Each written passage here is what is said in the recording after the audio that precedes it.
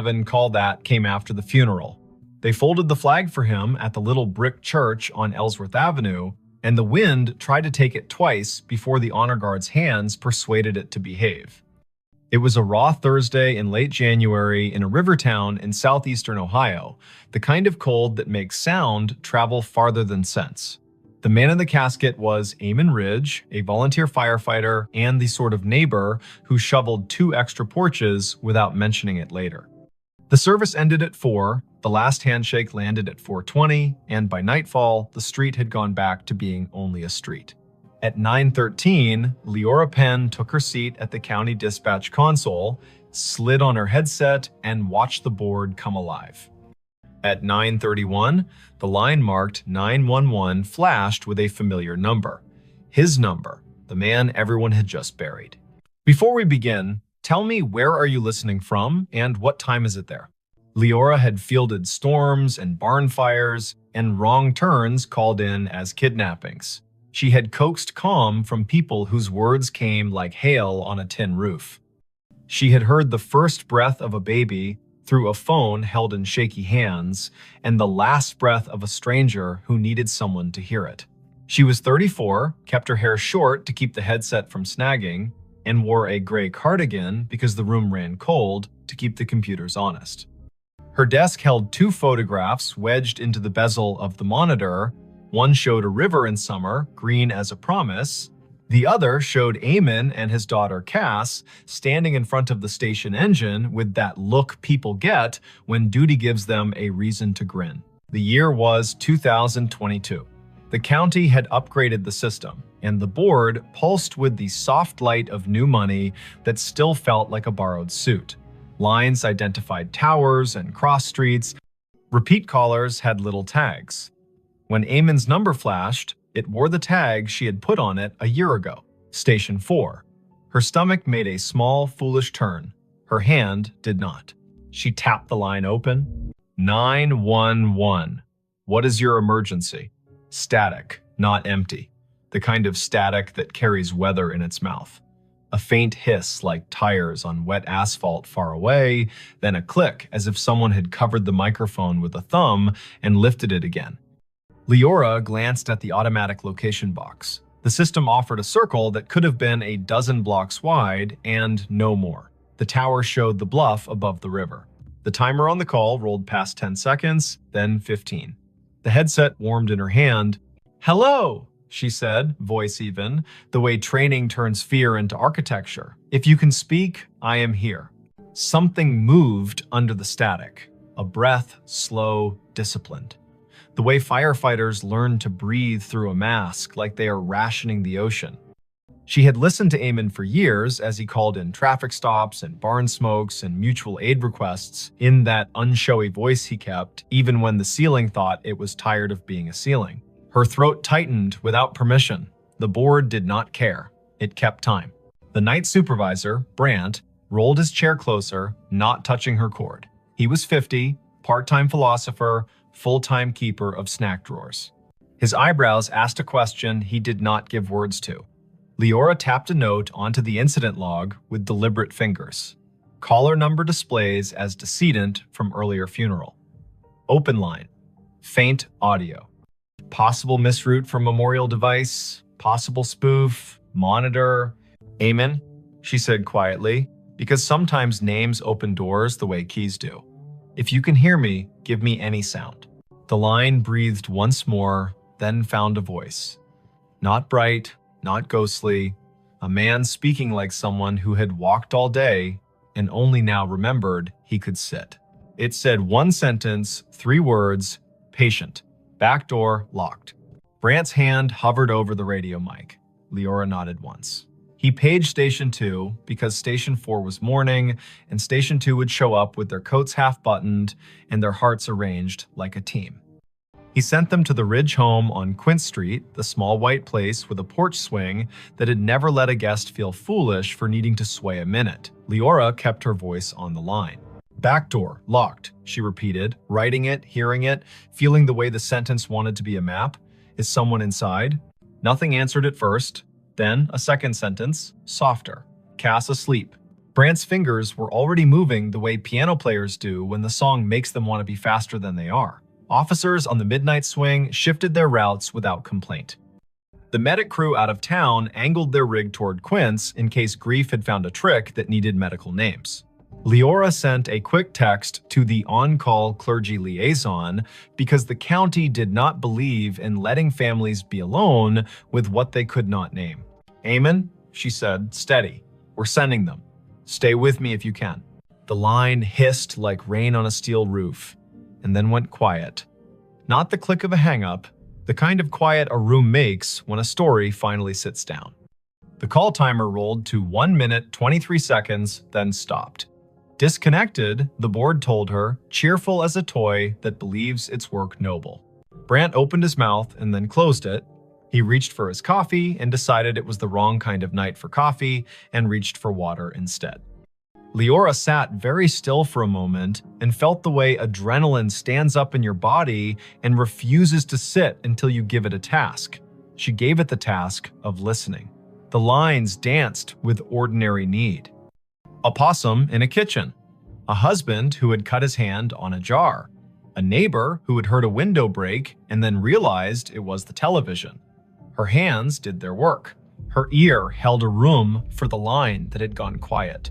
Officer G. Park radioed in first. Voice crisp. Tires crunching on salt in the street. Unit 3-1. Quince Street. Back porch light on. Back door indeed locked. Copy request to knock. "Copy," Leora said, hearing her own voice make simple shapes. "Proceed." There are knocks that sound like questions and knocks that sound like the start of a fight. Officer Park knocked like a person who has played in a string quartet. Firm, meticulous, willing to wait between knocks. Leora heard the long, thin silence on the open radio channel that means everyone has decided to breathe in sync. A porch swing creaked, whether from wind or memory. Then Park again, softer. Visual on subject in living room. Teen. Asleep on couch. Television on mute. No visible distress. We are making entry. Park called the locksmith number taped to his visor, because there is always one, and he also called the small cheat that officers inherit, which is to lift the back door on its tired hinges when you turn the key the wrong way. The door opened, a floorboard confessed itself. Park moved through a small kitchen that smelled like heat and spice and thyme. He said, quiet as a blessing, "Cass, it's G, it's me." The girl woke with that rough sound grief makes when it has only just let go for half an hour at last. "Back door," Park said into his shoulder mic. "Locked, now secured." Subject breathing, oriented, tearful, says she fell asleep and forgot the back after the last aunt left. She says her dad would have said it. She says she heard him say it sometimes, even when he was alive, when she forgot. "I'm locking up, then staying here until her aunt returns." The call had been the little bridge a county makes when one house cannot manage all its doors alone. Leora typed. She logged, she breathed. She answered a call about a siren that would not stop on a fire alarm panel, which is a call that can ruin a night or return it to its usable shape. She told Brant she needed 30 seconds, stood up from her console, walked to the stainless sink by the break room door, and washed her hands as if she had been in a kitchen that required respect. At 10:48, the line lit again. Same number. The board did not know how to feel about that and chose its usual indifference. Leora took it. 911. A voice lives inside a headset after a while. The nerves learn routes, the body decides where to keep the sound. The phrase came through low and clear. Basement. Pilot light. She did not hesitate. She sent the fire crew already on Quince next door. She told Park. She told the aunt, who had come breathless from her own house 3 blocks away, that they were going down the cellar stairs for the little square of flame that keeps a winter from doing more harm than good. She heard Cass in the background say, without fright, he always listened to the furnace like it was trying to tell him a joke. Engine 3 called in. Pilot light out.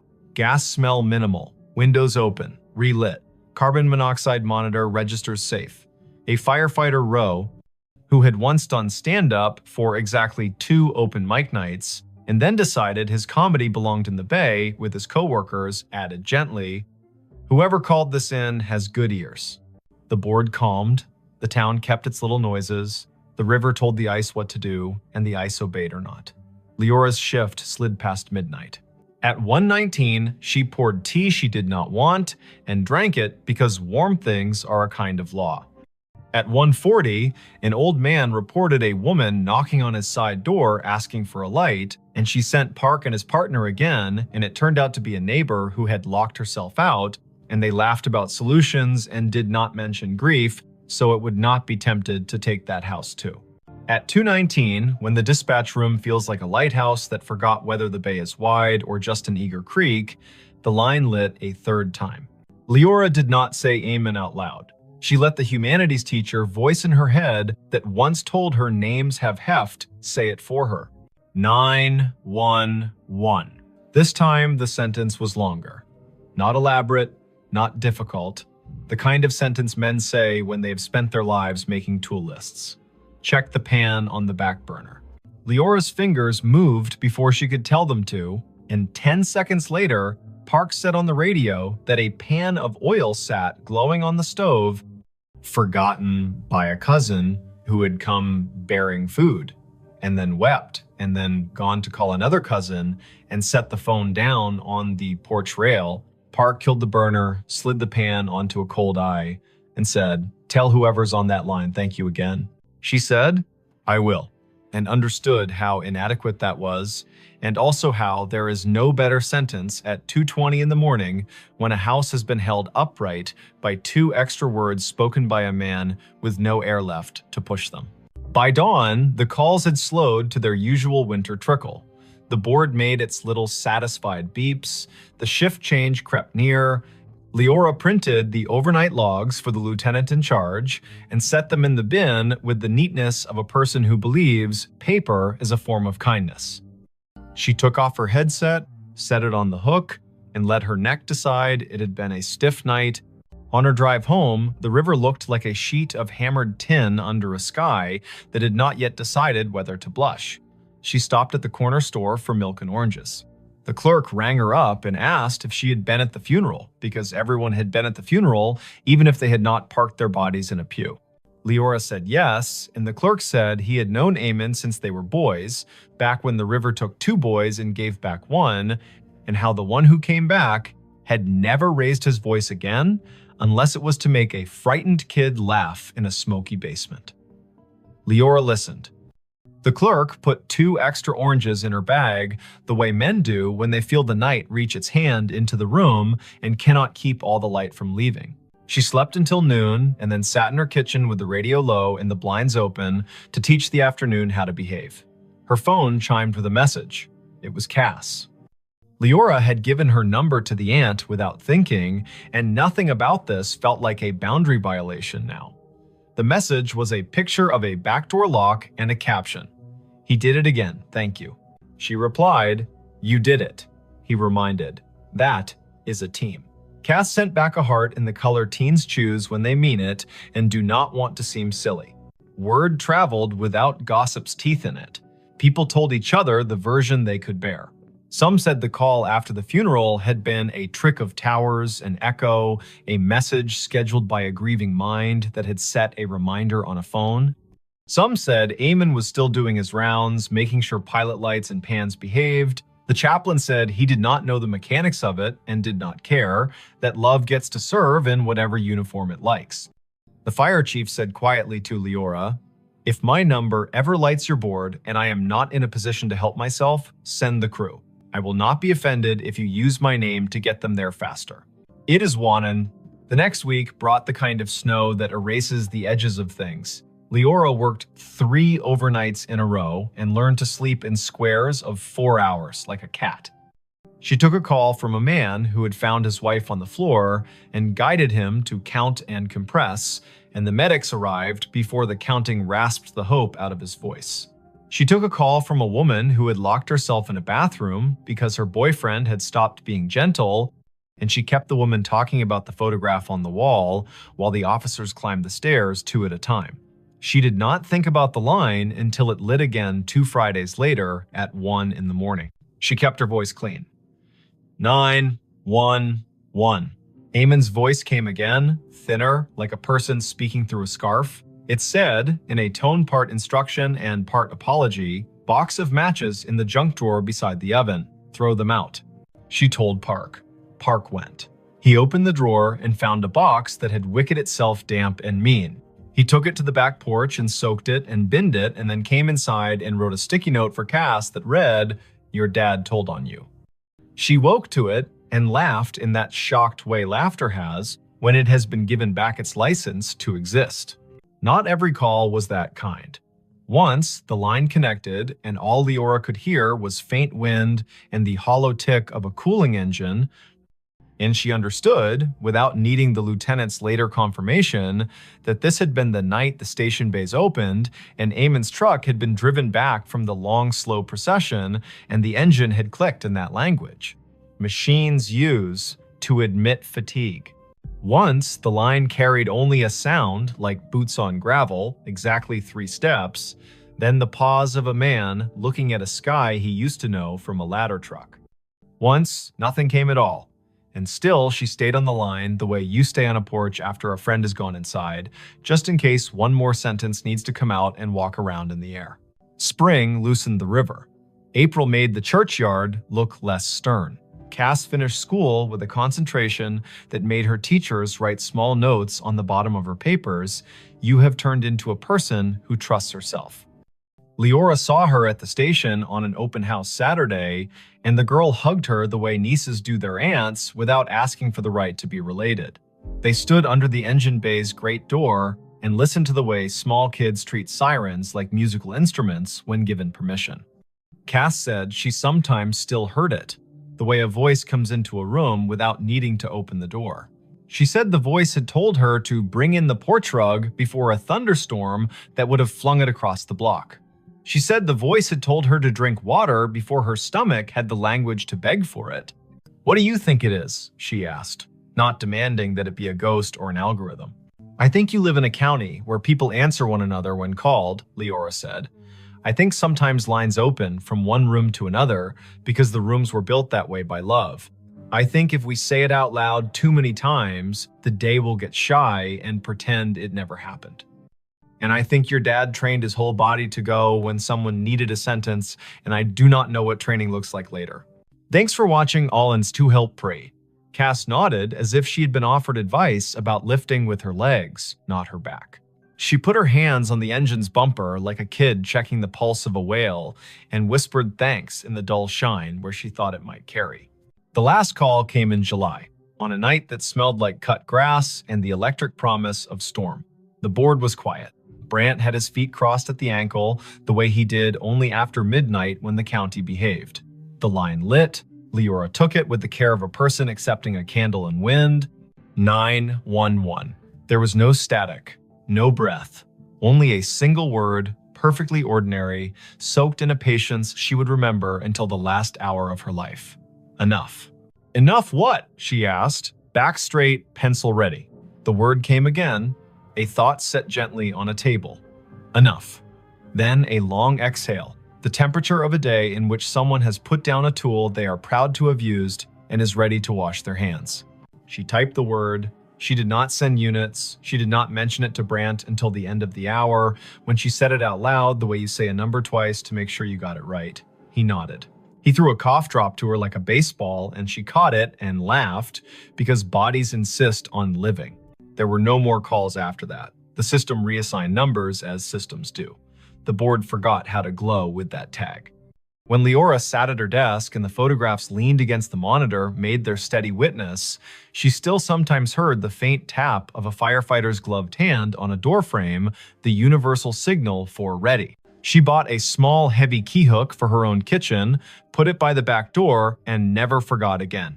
She found that when she walked past the Ridge place on mornings when she needed to see the river before she could trust the day, she would look at the back door and feel not a haunting, not an ache, but the exact rectangular comfort of a thing that had been understood and done. If this kind of thing ever happens where you live, if a phone rings after a set of shoulders in town have lowered themselves to the work of grief, if a name appears on your console that your heart wants to call impossible, do what Leora did. Answer.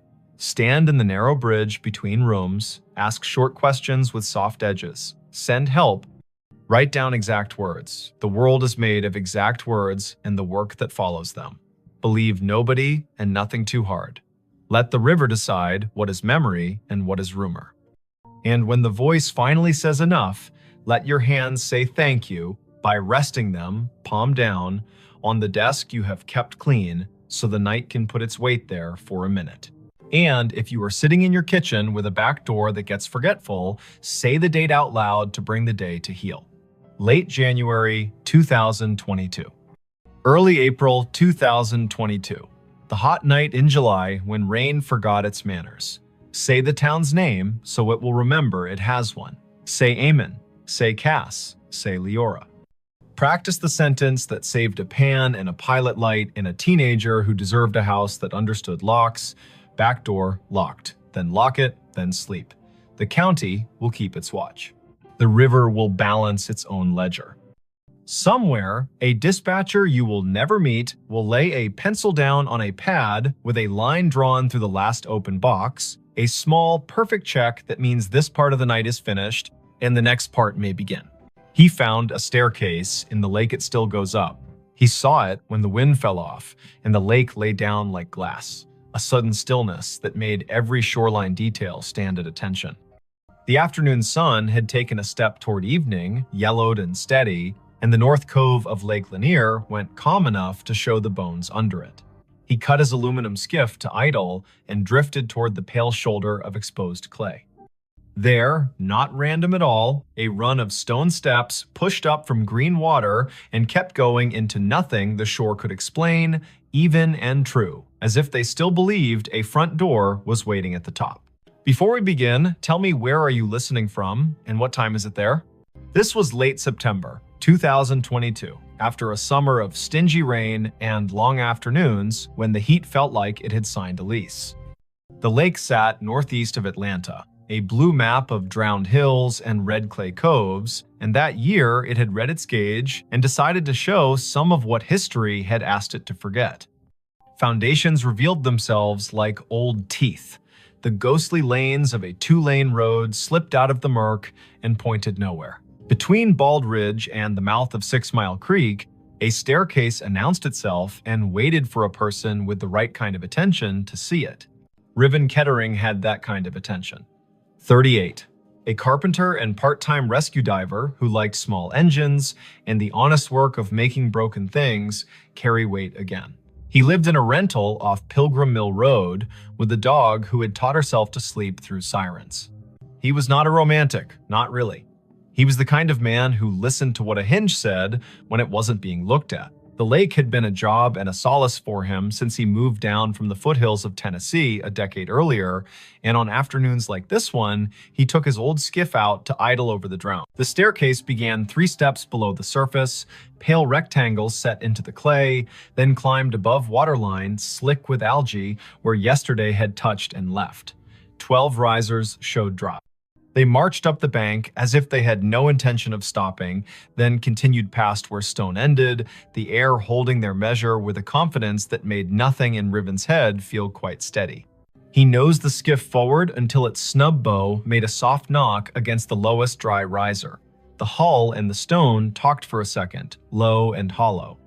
He stood, keeping knees loose, eyes at a level where you can decide a thing without pretending it's not, pretending you first. The steps were fieldstone set into a poured bed, careful work from when hands were steadier because nothing had asked them to type yet. He could see where the mortar had let go, hairline by hairline, and where a leaf had chosen to become fossil rather than compost. He stepped out. The rock took his weight with a small, agreeable groan. He climbed, counting aloud the way you do when a rhythm wants to prove it's a law. 7, 8, 9. A wet line at his ankles where he had waded the shallow to push the skiff in. 10, 11, 12. He stopped where stone ended. The sidewalls rose one more course and then gave way to air. Ahead of him, nothing. Above him, more nothing. And yet his right foot, when he slid it forward with the caution of a man who had once fallen through a rotten porch and did not intend to audition for that pain again, found resistance. Not stone, not water. Not empty. A density like stretched cloth, like cold-pressed sugar, like a stare that remembered itself and refused to forget just because the lake had been told to be a lake. He drew his foot back, scalp prickling, breath in a pocket he didn't want to open too fast. He looked around to see if anyone else had been presented this joke. No one. In late September, a Tuesday can make a cove your private chapel. Far out, a pontoon boat moved like a floor with music on it. Closer in, a blue heron had made the stump of an old post into a claim. Riven set his palm above the end of the stone into the air where a banister would be if someone had finished the thought. He felt nothing until he pushed a hair past what he thought was safe. Then he felt a boundary, the exact height of a handrail in a code book he could recite. He smiled despite the way his heart had decided to pick up the tempo. Something here hadn't drowned entirely. Something here had decided to keep going up. He does not scare fast, Riven. He is a man who has gotten into dark water at night, kindly, and come back calmer for it. But he respects a place with a memory. He went back down the 12 risers and climbed into the skiff and sat with his hand on the tiller and let the lake tell him if it wanted him to be braver than his grandmother would approve. The wind was a rumor now. On the far shore, a transformer hummed with the stale sweetness of electricity. He turned the motor off and drifted with his fingers brushing the gunwale and felt for the old current under the new. A loon called once out in the main channel, the syllable bending toward a kind of loneliness that doesn't need an audience. Riven looked back at the steps. The air above the 13th riser shimmered, a trick of light or a rule he hadn't been told yet. He swore softly in the old way that buys you permission to try again. He pulled the skiff onto the red bank, tied it off to a scar of root, and went back up the 12. He did what his hands knew to do. He turned a coin on its edge and rolled it along the last stone. When it tipped forward into air, it did not fall. It sat against nothing, as if pressed to a glass he could not see. He slid it forward with one finger and felt it drag over an edge. He slid his boot after it and met a tread that had weight. He put his full foot down and his bones agreed that physics had not been insulted, only invited to a different kind of party. He brought the other foot up. He stood on the 13th step of something that existed without confessing to the eye. He took one more. 14. He stopped. He is not a fool. He turned to look at the lake, which does not care if you find it holy or treacherous, so long as you understand which mood it is in. The cove held its breath. He stepped backward down the 2 air treads with a caution that felt like a prayer you say without agreeing you're saying it. He stood again on stone that had no arguments and breathed the kind of breath that renters of boats make when the motor coughs once and then forgives you. Lake Lanier carries stories the way clay carries footprints. Old towns lie under it, old churches, the ghost lanes of Old Federal Road. People will tell you about a stalled truck on a fogged bridge and a handprint on the back window after, about divers who won't go down a second time because they looked through a school of crappie and saw a porch swing move. Some of that is what happens when humans leave water to be the keeper of their history. Some of that is people being lonely and needing their fear to wear a costume. Riven carried none of those stories in the silly way. He carried them the practical way. He knew people had been told their land would drown for the good of cities they would never see, and some of those people had said their names into the bank and put rocks one on another to make the land remember. He went home with the staircase in his notebook and in his knees. He did not say the shape of it to the bartender at the place on Brown's Bridge, who called everybody chief. He did not post a photo because the lake punishes people who turn it into spectacle. He slept badly and woke before his alarm and made coffee meaner than necessary and drove back with a coil of thin rope and a chalk box and the tape measure he used when perfection had to be part of the bill. Morning Lake, blue as breath. The skiff skittered over wind ruffles and slid into the cove willing. He tied a chalk line at the last stone and played it out up the air, marking nothing with blue dust that caught in nothing and hung there like a trick. He laughed once, quietly. He measured riser height with the tape and found consistency that would have made a county inspector nod. He tied a loop in the rope and lowered it down the near face of the steps. The loop sat against an invisible edge and held, not tight, not loose, as if politely told to wait. Half an hour went by that way. Numbers, angles. The carpenter in him building a drawing that would keep his fear inside its lines. When he finished, he sat with his back against the sidewall and let his head find the cool of stone that had learned shade. The world stepped closer. From somewhere he could not triangulate came a sound that reminded him of a bicycle bell rung just once. In politeness, he stood. The sound did not come again. He walked down the 12 and waited on the shoreline while the lake decided whether to ignore him or to grant him more. A woman called from the top of the red bank. Riven looked up. She was tall and rangy, mid-40s, wearing the kind of straw hat that makes a person look like they know how to move in weather. She carried a camera with a strap that had been repaired twice and a notebook bulging with the kind of paper that did not come out of printers. She introduced herself with a grin that answered questions he had not asked. Mara Clary. She ran a small outfit that mapped drowned towns and grave relocations for counties that cared to admit their forgetting. She had a copy of the Army Corps' old charts and a habit of showing up where the lake loaned the present to the past. "I've been told you've got steps," she said, "and that they keep going up." He wanted to ask who had been talking.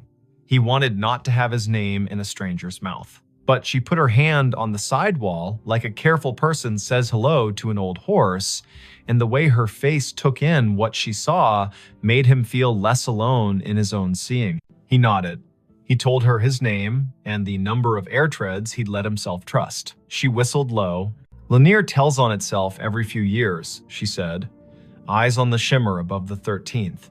"But I haven't seen it do this. Fieldstone, that would have been a front walk probably. Or the stairs to a porch. You can tell from the way these aren't as steep as church steps. And there would have been a dog who slept halfway up until someone came home at supper."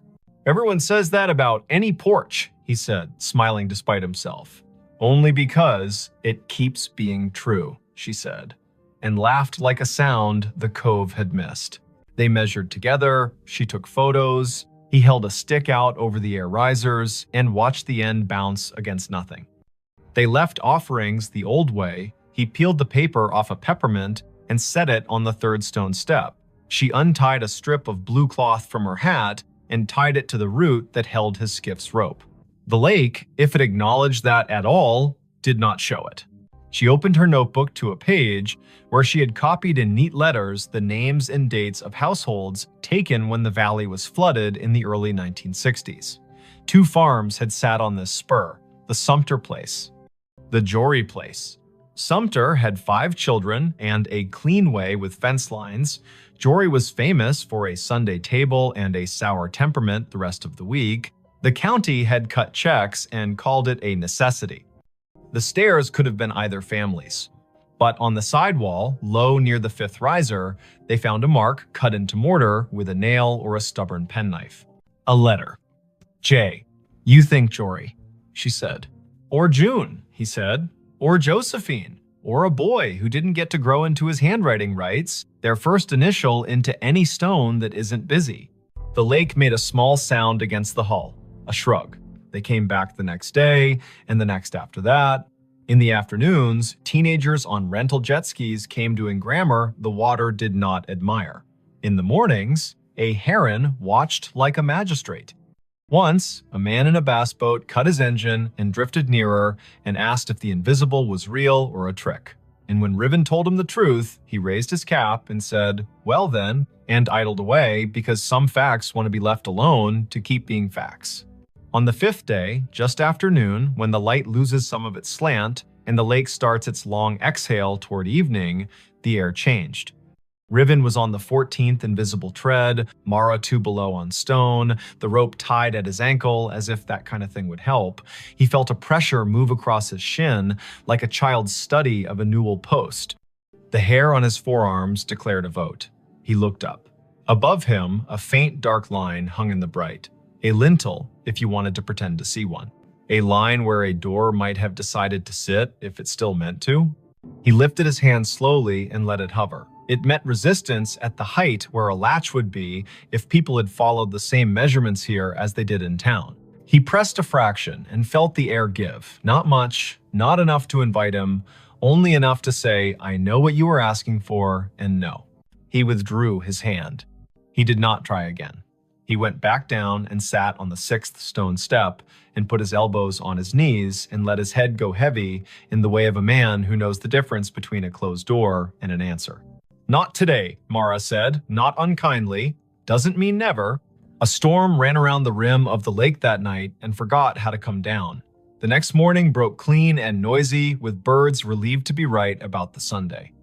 When they returned to the steps, the peppermint was gone. The strip of cloth whispered against the root when the wind remembered it. On the fourth stone riser, a line had been drawn in the red dust by a finger that had not belonged to wind.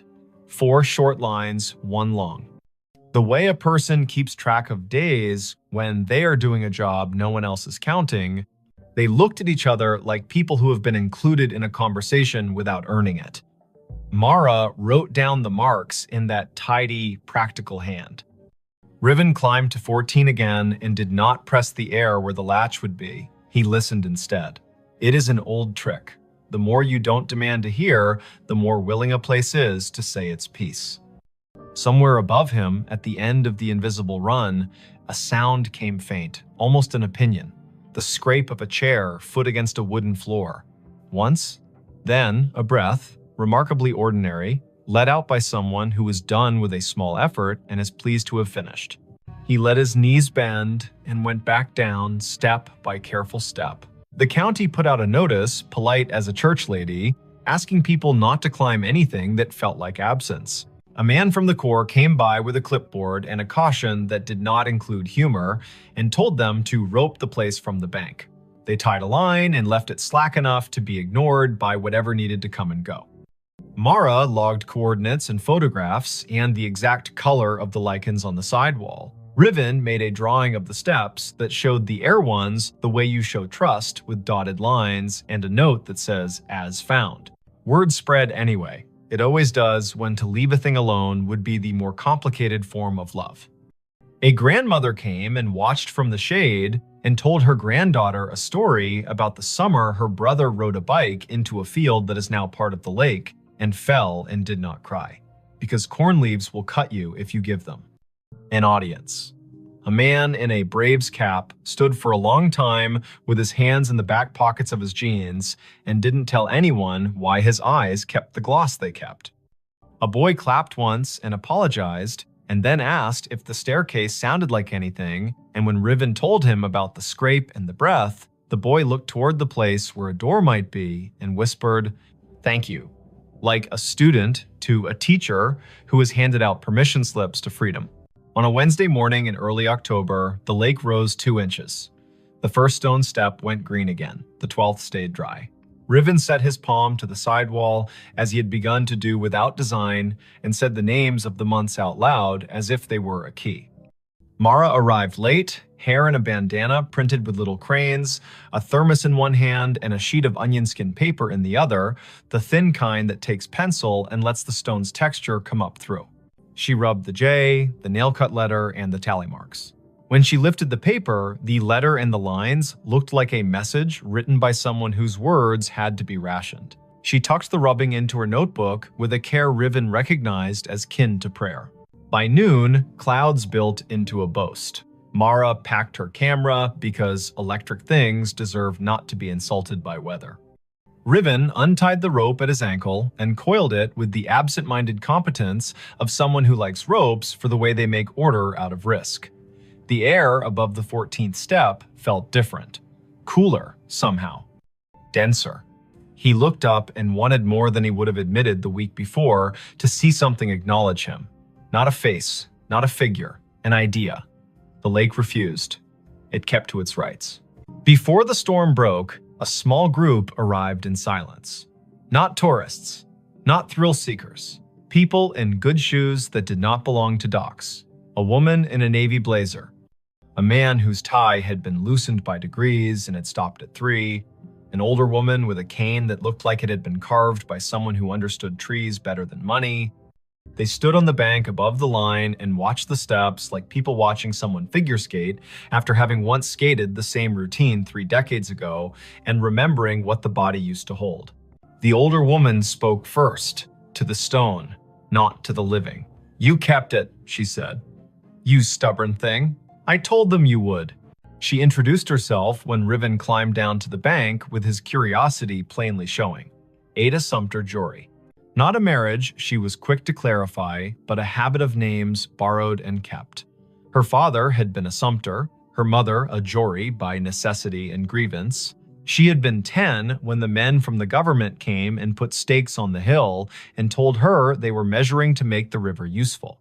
She had been 14 when the kitchen was dismantled and stored in a relative's shed, and the porch chairs were put on a truck without the porch. She had been 15 when the lake finally climbed to the 7th stair and the dogs refused to sleep where they had always slept and had to learn ground new as a dollar.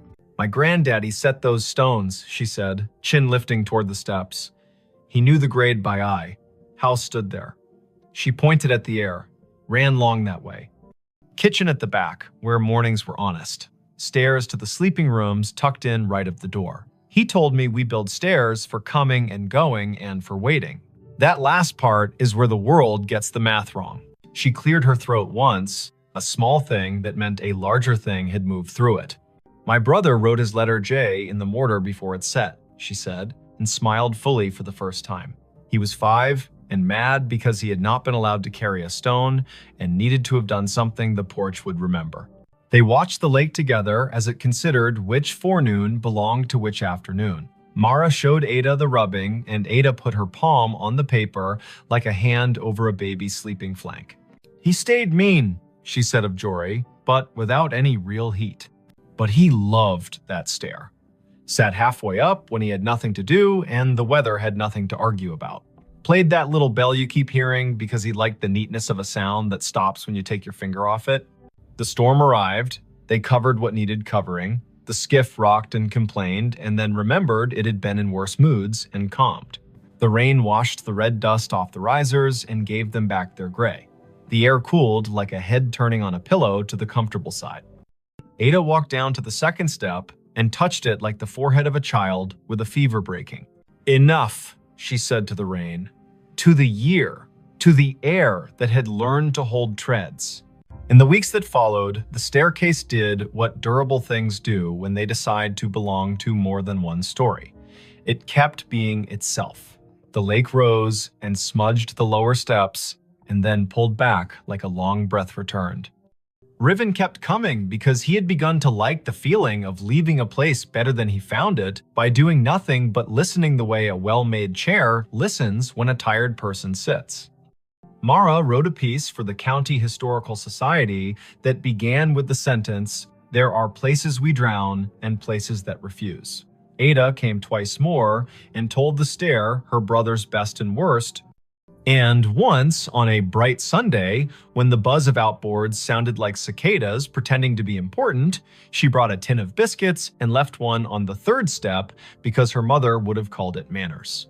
On a morning in November, the air thin and brisk, frost like pale sugar on shaded clay, Riven came alone. The lake had taken back an inch, the first 2 steps glowed green. He stood at the foot and waited the way you learn to wait when you've been given more than you asked and are smart enough not to get greedy.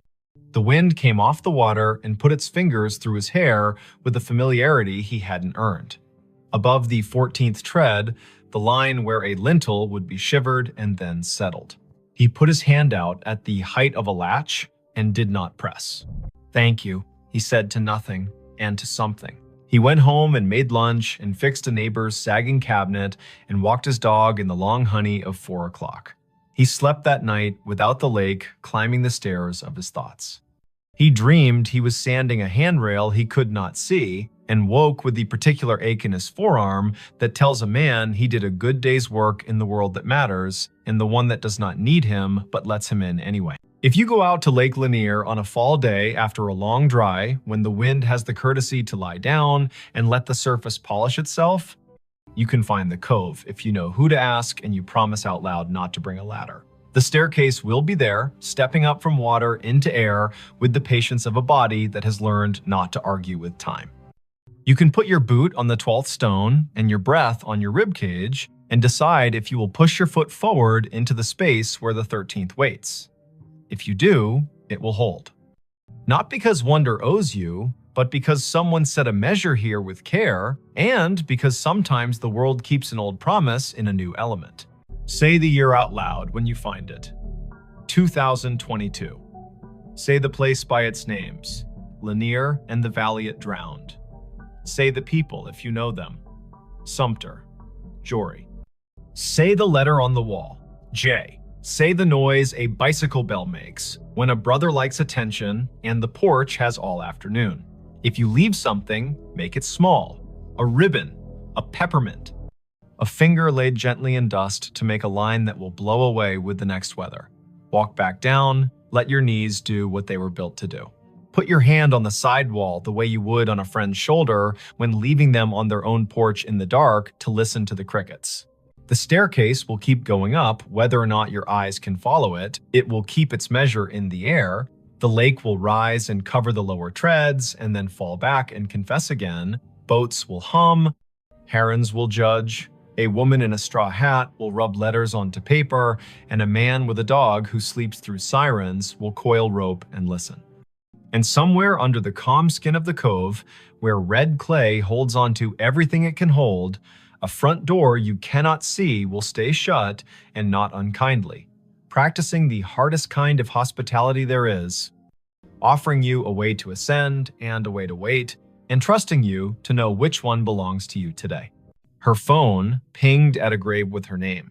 The notification bloomed on her screen the moment her shoes left the gravel and slid onto the soft path between moss-dark stones. A small bell chime, bright as glass. A banner at the top. You have arrived, Eden E. Hale. The words sat there as calmly as a weather app, as if the city had decided to label her the way it labels a bridge or a square. The place was Bonaventure Cemetery in Savannah, Georgia. Spanish moss hung in long, steady sentences from the live oaks. The river kept its secrets behind the bluff and breathed like a sleeping room. It was late afternoon on a Sunday in early November, the air cool enough to make her wish for sleeves and warm enough to forgive her for forgetting them.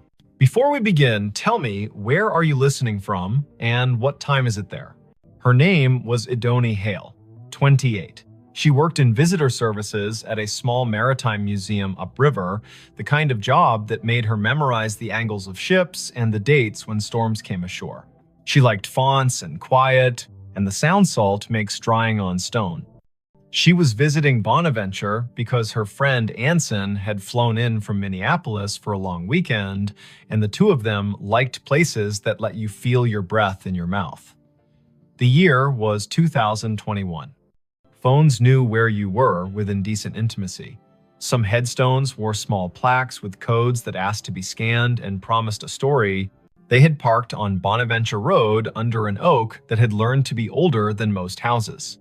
The sky was simple, a clean coin of light. The volunteer at the office had given them a paper map and a soft-voiced list of locations worth the walk if you wanted your day to hold. Look for the little angels facing east. Find the section where the camellias keep blooming against instruction. There's a family plot that feels like a room you shouldn't step into without knocking. No one mentioned a notification. Idoni stared at her phone. The banner did not give a location like Section F or Plot 31. It was the same tag her calendar used when she arrived at work or home. You have arrived, Idoni Hale. As if she were a place. As if the grave were her. Anson leaned toward the screen and squinted. He was tall and light-footed, a teacher of high school literature who carried poems in his pockets like receipts.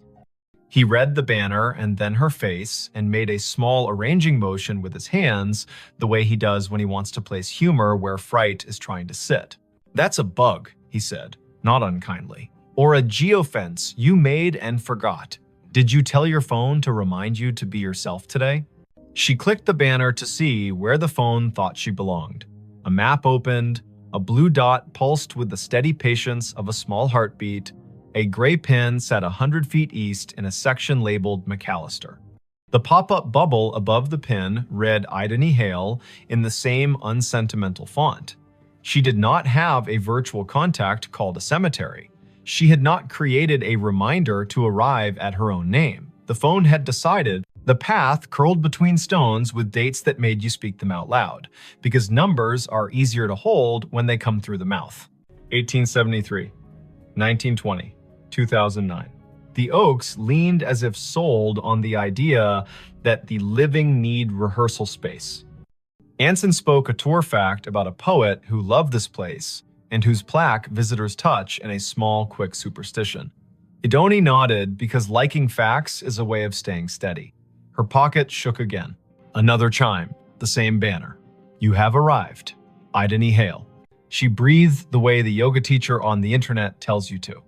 In through a count of 4, hold for 4, out for 6. They followed the path east until the bluff opened its shoulder and let the wind test their sleeves. The section ahead was a little higher, a little more sure of itself. A plot enclosed by low stone, dressed in ivy, sat beneath a live oak that looked like a table that had decided to grow legs. In the center stood a headstone gray as rain, taller than Idoni's shoulder. The name at the top held Ideni Hale. She stopped. You might have stopped too. Her name was not common. Her mother had found it in a book of Old English names and liked the way it sounded like a promise made under a tree. She had never met another Ideni. To see the letters in this order on stone felt like stepping into a movie where you have lines you did not audition for. Anson's hand found her elbow without a show of it. He had the sense not to say, wow, or are you kidding? He stood with her and let the river finish a sentence neither of them had started. The dates carved below the name were the first clean relief, 1974 to 2014, not hers. A woman 2 decades older, gone 7 years now. Under the dates, a line that read as Keeper of the Keys. The stone carried a small oval of glazed photo, a face with hair tucked back, eyes steady, a glint of a key ring at the edge of the frame. The oval was rubbed to a shine from fingers, the way love polishes small things while refusing to say it is love. On the right-hand corner of the stone, someone had bolted one of the new plaques with its little square of patterns. Scan to learn more. People who love story cannot resist a square that holds one. Ideni lifted her phone and let the camera see. A link opened without asking for anything. A page built by a memorial service company bloomed. At the top, the name again. Below, a small biography. A life lived with habits, upright and kind. A childhood in Chatham County. A long run as cemetery sexton. The last line read in a voice that felt like a woman sitting on a step with a mug and a warning and a grin. If you need something, tell the ground. It will tell me. While she read, the phone hummed again. Not a banner this time. A little circle pulsing at the top of the screen, the way maps announce a place with enthusiasm. The circle flashed once, then settled. Ideni swiped down to see the source, a calendar reminder with no category. White, titled simply, Arrived. Location, here. She had not written that. The phone, perhaps, had decided the day needed a label, or the small plaque had more to it than the page admitted. Anson said the woman in the photo had librarian eyes. He meant that as a compliment. He pointed at the key ring. He said his grandmother had been a keeper of the keys at a church in North Dakota, and those women know where every grief sits at every hour, the way a night janitor knows which chairs spit gum and which ones sigh. They stood a while. People walked past in respectful silence, guided by a docent's voice that held just enough theater to keep 15 people from wandering into their own daydreams. Spanish moss moved like thought repeating itself. A flake of light rose off the river and fell back as if it had changed its mind about being air. It would have been a good story already finding your own name on stone, a phone that had the audacity to tell you you had arrived, but something else decided to be true. A little tone sounded from the phone, the way sounds do when an app you forgot you had decides to help. It was the noise her AirDrop made when someone nearby wanted to share a photo at inopportune moments. The screen shifted to a dialogue. A file offered to send itself to her. The sender name was a string of letters and numbers that meant nothing. The file name read Keys. Anson leaned in and made his face calm. "Decline," he said gently, "because strangers in public places with quick hands make tricks, and both of them work in museums and have seen every version of the human habit of testing boundaries." She hovered. Decline would be wise. Accept would be a dare. She pressed accept because sometimes you let stories finish what they start. The file downloaded. It was not a photo, it was an audio file, a minute 42 in length. The waveform showed it wasn't silence. She tilted the phone toward her own ear instead of speaker because you don't open a voice in a cemetery loud unless the voice has earned the right. Static first, then the sound of wind combing something thin, then a woman's voice, the age of a woman, who tells tools where they belong and expects cooperation. The voice said, "Dry as a towel and warm as a summer kitchen. If you are standing over me, child, and your name is mine, you can help me keep my promises. Put your phone on the stone and leave it be a minute. It will tell you where to stand next." Anson's eyebrows did a small jazz riff and then tried to behave. "Okay," he said softly, a word that meant, "I am here and I am not going to ruin this with cleverness." Idony set the phone on the flat top of the headstone the way the voice had instructed. The screen slid into its lock. Her reflection replaced her. The oval photo looked past her shoulder the way old photos always do. She counted in her head as a way to keep the childish fear of being tricked from standing up and knocking the ritual with its elbow. 50, 60, 78. The phone buzzed once, she lifted it. The map opened of its own accord. The blue dot had moved nothing. The gray pin had changed. It labeled another grave 30 yards north with a name neither of them had seen on the paper map. Rosin Hale. A second name. Another Hale. The first name was Welsh and not common here. They went because the day had asked enough times to be answered polite. The second stone stood lower, more modest. The granite, a color you could never find on purpose if you looked in a catalog. The dates were older, 1931 to 1999. The epitaph read, "She kept the gate lighted," and under that, in smaller letters, so faint you could only see them when the cloud put its hand over the sun, a line, Rosine was born. Rosine Idris. She married into Hale and stayed. Tell my niece if she comes through here that I see her when I count keys. I am not anybody's niece, Idini said aloud, and then took a breath because she heard the defensiveness squirreled underneath. I mean, not hers. You might be more people's niece than you know, Anson said gently, a man who had grown up with uncles who weren't uncles and yet were more family than the kind that wears your face. They stood while the wind added a signature to the bottom of the page of the day. The river put its shoulder against the bank and leaned. The phone did not ping again for a while. A cardinal went from one branch to another with the purposeful speed of a person who knows where the parts are stored. A group of teenagers trailed an auntie through the lanes, popping gum in a respectful way, which is a regional miracle. Idony looked up Rosin on the cemetery's database because when your heart gets odd, facts make a braid to hold on to. The database was one of those volunteer-built websites that carry the tone of a potluck where everyone brings a dish so exact it shames you for choosing salad. Rosin's entry was thorough. Born Rhonda Valley, came across with parents as a child, settled in Chatham County, married one Mr. Hale, worked checklist after checklist for the electrical union office, sang alto in church with the patience of an anvil, survived by no children, preceded by older brothers, all gone. Niece mentioned in an obituary in 1999 with no name given. Anson made a sound that meant the story had wiped its hands on his shirt and was ready to cook. The phone chimed once more, now with the tone her museum app uses when a beacon in an exhibit hands you a fact. She had turned beacons off last month because being interrupted by history while in history felt a bit like a stage whisper in a quiet theater. She had not turned beacons back on. The screen read, "A note is waiting." A map pinpointed the little brick building the cemetery uses as a workshop for the grounds crew. A path drew itself in blue between the Hales and the shop, like a string in a child's game. They went because keys that ask to be found deserve not to rust. The door to the shop was propped with a cinder block, the way doors are propped everywhere when the weather learns to be useful. A radio played a station that chose old soul and occasional baseball score updates.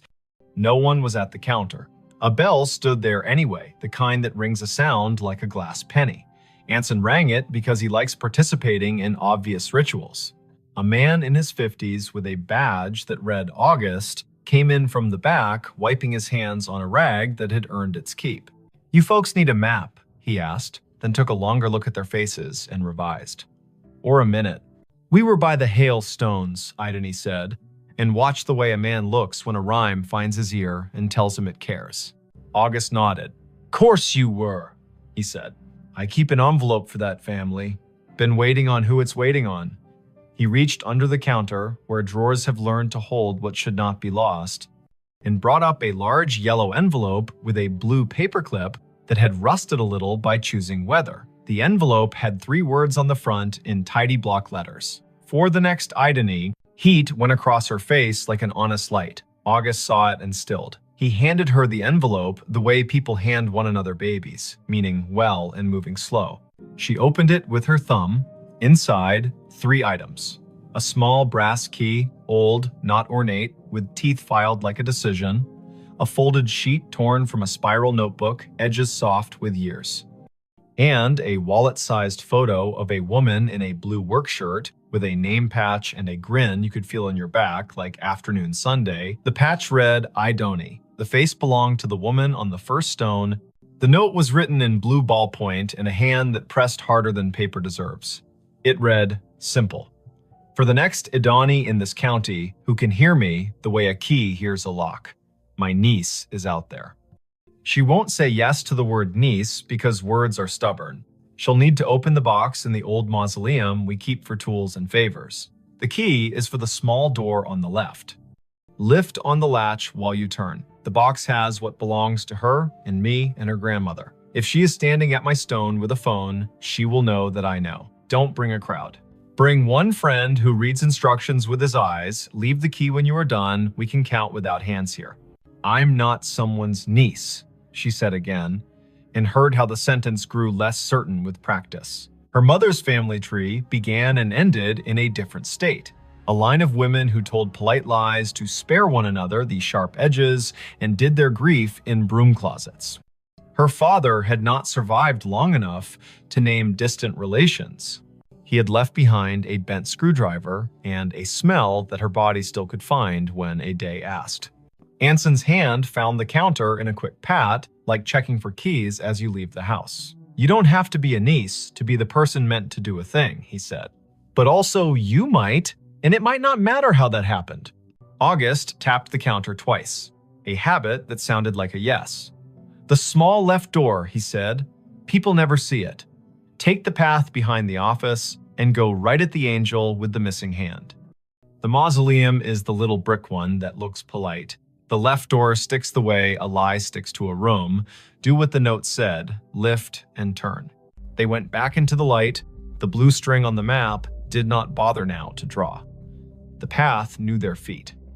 The angel with the missing hand stood where the volunteer had said, "Angels stand, face east," blank expression that suggested she had witnessed every century and found nothing quite bad enough to frown at yet. The brick mausoleum waited with that small pride buildings have when they know they are not the grandest on the block, but are the one that does the job without complaint. The left door looked like a panel added later. The brass latch had the smoothness that comes of being touched by people who mean to get work done. Idony slid the key in, the teeth caught, and then thought better of it. She lifted the latch with her other hand and turned. The lock gave. The door opened 6 inches and stopped, ticked by a wooden wedge that had been insinuated at the bottom by someone who had